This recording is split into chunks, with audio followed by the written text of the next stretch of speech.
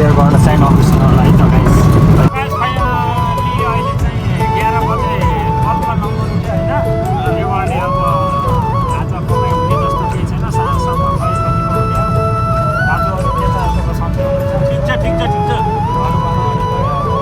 कहिलेसम्म जाने हो त खोजिरहेको छु, मलाई कन्ट्याक्ट गर्नु होला होइन। कन्ट्याक्ट नम्बर थाहा छ कि छैन?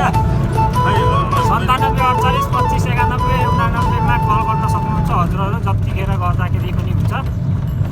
24 घन्टा हजुरहरूको सेवाको लागि म हाजिर हुनेछु। अहिलेलाई यति नै भन्दै म चाहिँ बिदा हुन्छु गाइस। सो बाटो नि अप्ठ्यारो छ, बाटो फाइनल्ली म चाहिँ यता मान्छे लिन आएको छु होइन। आज चाहिँ उहाँहरू काठमाडौँ जाँदै हुनुहुन्छ। सो काठमाडौँ जाने सामान यति धेरै होइन, एक्लै मान्छे जानुहुन्छ। सो जाने चाहिँ काठमाडौँको हो हजुर है, अनि उहाँ चाहिँ पुगन जाने, अनि उहाँ पनि हो कि जाने काठमाडौँ?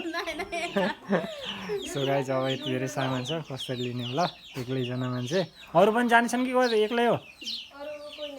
ए ल त ल, शुभयात्रा होस्। सो गाइस आजको इन्कम चाहिँ मेरो 1000 रुपियाँ जति पुग्यो, अनि आज धेरै मान्छे नि थिएन, अनि त्यही कारणले धेरै चलेन होइन गाइस, के गर्ने, कमाइ हुन्न। सो यति भन्दै गुड नाइट बाई भन्न चाहन्छु। भोलि नयाँ अपडेट आउनेछ, लाइक कमेन्ट सेयर गर्नु चाहिँ नबिर्सनु होला है त। अहिलेलाई बाई गाइस।